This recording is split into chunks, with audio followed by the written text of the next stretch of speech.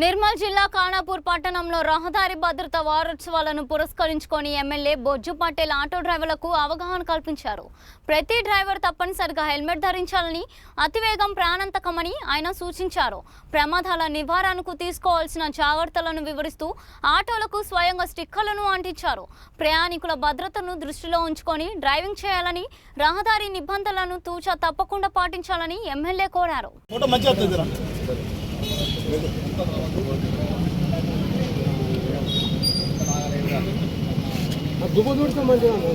అన్న ఇటు right sir.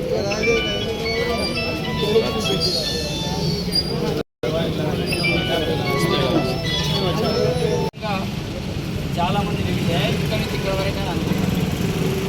ఇక్కడ నుంచి ఎక్కడ వరకు ఏమైనా ఎక్స్పెక్ట్ జరగదు. చాలా మంది సరే మీరు ఆటో సెన్స్ పాటిస్తారు.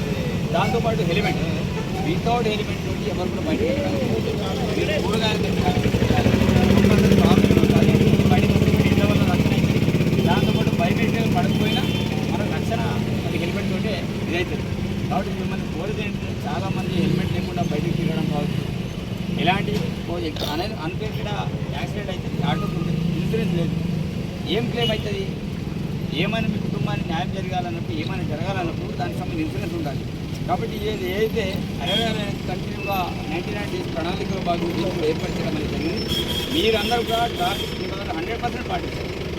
దాంతోపాటు మిమ్మల్ని అందరికీ కూడా కోరుకుంటున్నారు. చాలామంది పేదవాళ్ళు అటువంటి పేదవాడే ఉంటుంది. ఎవరైనా ఇల్లు లేకపోతే చెప్పండి, నేను ఇల్లు కూడా ఇచ్చే బాధ్యత నాకు. మీ అందరికీ నేను పాటిస్తాను. కాబట్టి మీరు చాలా ఇబ్బందులు ఉన్నారు సార్, మాకు ఇల్లు లేదు సార్, ఇబ్బంది అవుతుంది, మనకి ఈ కేసులు ఇంటర్మీడియట్ కూడా వస్తున్నాయి.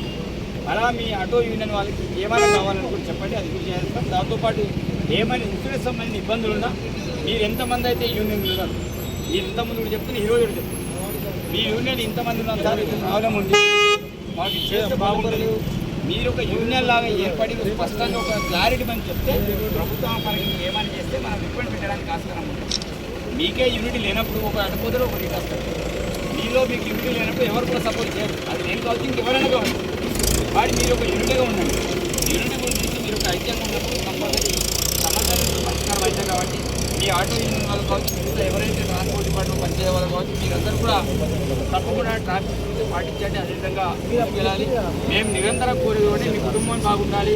మీ ఫ్యామిలీ ఎప్పుడు కూడా ఎదురు చూస్తూ ఉండకుండా ఎప్పుడైనా మా బిడ్డ తిరిగేస్తాడు, మా భర్త తిరిగేస్తాడని ఆలోచనతో ఉండాలనుకో మనం కూడా అదే రకంగా సేఫ్టీగా ప్రయాణం చేయాలని కూడా కోరుకుంటూ ధన్యవాదాలు తెలియదు.